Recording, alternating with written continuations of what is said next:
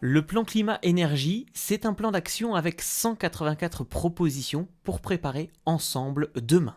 C'est avant tout un projet de territoire, un projet qui doit rassembler l'ensemble des acteurs du territoire pour se poser les bonnes questions.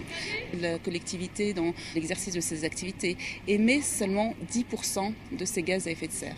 Ça veut dire que 90% sont émis par les autres acteurs du territoire, les entreprises, les particuliers, vous, moi, tout un chacun, on émet des gaz à effet de serre. Alors que faire dans l'habitat? Beaucoup de choses. Là, on peut voir un chantier en cours dans la vallée.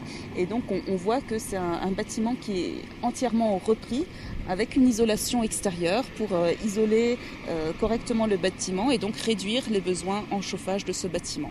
Isoler, rénover, pour moins consommer d'énergie, ces investissements n'exonèrent pas d'agir avec les petits gestes du quotidien qui permettent de mieux consommer l'énergie. L'association prioritaire, implantée à Mettey, propose un accompagnement. Nos missions principales pour aider chacun à réduire son empreinte écologique, c'est à la fois de mener des actions d'information. Nous menons également des campagnes de changement de comportement. Avec le concours Famille Énergie Positive, c'est vraiment des groupes de familles qui se mobilisent dans les communes, dans les entreprises et qui se disent bah oui, nous on peut appliquer les accords de Kyoto, c'est-à-dire au moins faire 9% d'économie d'énergie chez nous. Chaque famille se comparant à elle-même sur l'année d'avant. Eh bien, en moyenne, les familles ont fait chez elles 20% d'économie d'énergie simplement en changeant leur comportement, sans investir. L'énergie la moins chère et la moins polluante étant celle qu'on ne consomme pas, notre association est là pour montrer qu'il faut appliquer la démarche négawatt, c'est-à-dire d'abord les comportements, d'abord faire des économies d'énergie en ne gaspillant pas.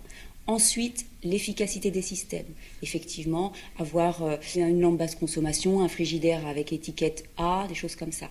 Et puis ensuite, quand on a fait d'abord ces deux choses-là, on peut investir dans les énergies renouvelables. Avant, on isole d'abord sa maison et ensuite on peut venir mettre du solaire ou une énergie renouvelable qui sera d'autant plus efficace et rentable.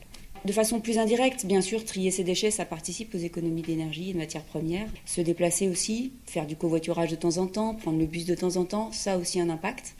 L'objectif final du plan climat-énergie est pour le territoire de diminuer de 20% la consommation d'énergie, de diminuer de 20% les émissions de gaz à effet de serre et de tenter de couvrir 20% des besoins d'énergie par des énergies renouvelables.